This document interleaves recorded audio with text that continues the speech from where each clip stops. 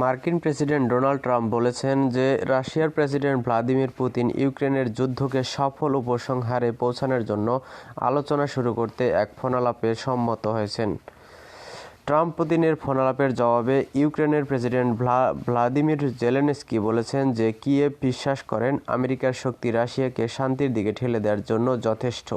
Pentagon প্রধান পিট Hegseth ব্রাসেলসে NATO নেতাদের বলেছেন যে যুদ্ধের অবসান ট্রাম্পের জন্য সর্বোচ্চ অগ্রাধিকার, কিন্তু ইউক্রেনের 2014 সালের সীমান্তে ফিরে আসা একটি অবাস্তব লক্ষ্য। এ ধারণাটি ট্রাম্পও নিজেই প্রতিধ্বনিত করেছেন। তিনি হোয়াইট হাউসে সাংবাদিকদের বলেন, ইউক্রেনের 2014 সালের আগের সীমান্তে ফিরে যাওয়ার সম্ভাবনা খুবই কম।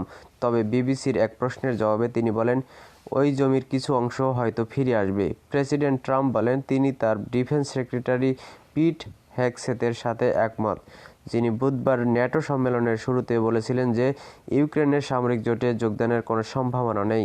আমি মনে করি এটা সম্ভবত সত্য, বলেন তিনি।